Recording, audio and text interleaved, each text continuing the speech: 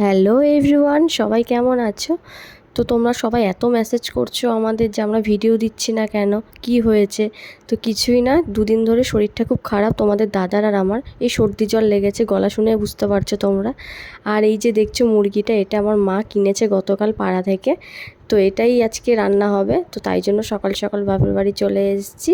আর আমার মা কিন্তু মুরগি কাটতে পারে আমি শুনেছি, তো দেখি মা কীভাবে কাটে সেটাই দেখবো আজকে।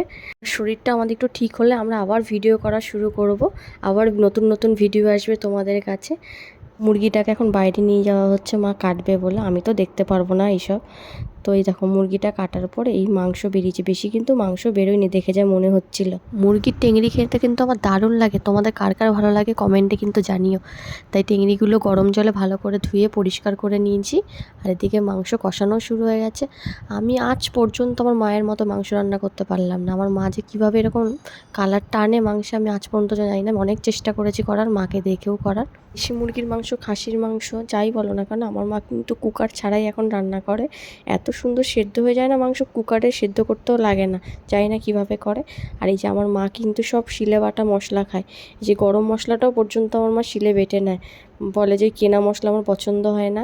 এই দেখো রেডি হয়ে গেছে আমাদের লাল লাল দেশি মুরগির ঝোল। দারুণ এসছে কিন্তু কালারটা, খেতেও দারুণ হবে নিশ্চয়ই।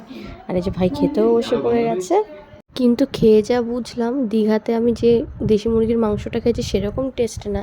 জানি না এটা কি দেশি মুরগি দিয়ে গেল লোকটা, আমাদের পুরো ঠকিয়ে গেছে মনে হয়। সেরকম টেস্ট নেই এটা এতটা। বাট দীঘায় যে তাজপুরে আমরা খেয়েছিলাম দেশি মুরগি, সত্যি ওটা দারুণ খেতে কিন্তু মুরগিটা। এদিকে তো আমার ভাইকে ডাল পটল ভাজা দেওয়া হয়েছে আগে খাওয়ার জন্য, ওই সব সাইডে রেখে আগে বলছে আমাকে মাংস দাও, মাংস খাবো। এত ভালোবাসো মাংস খেতে। তোমাদের দাদা তো খেতে আসেনি, তাই ওরটা আলাদা করে মা তুলে রেখেছে, এসে দেখেও কি বলে খেয়ে।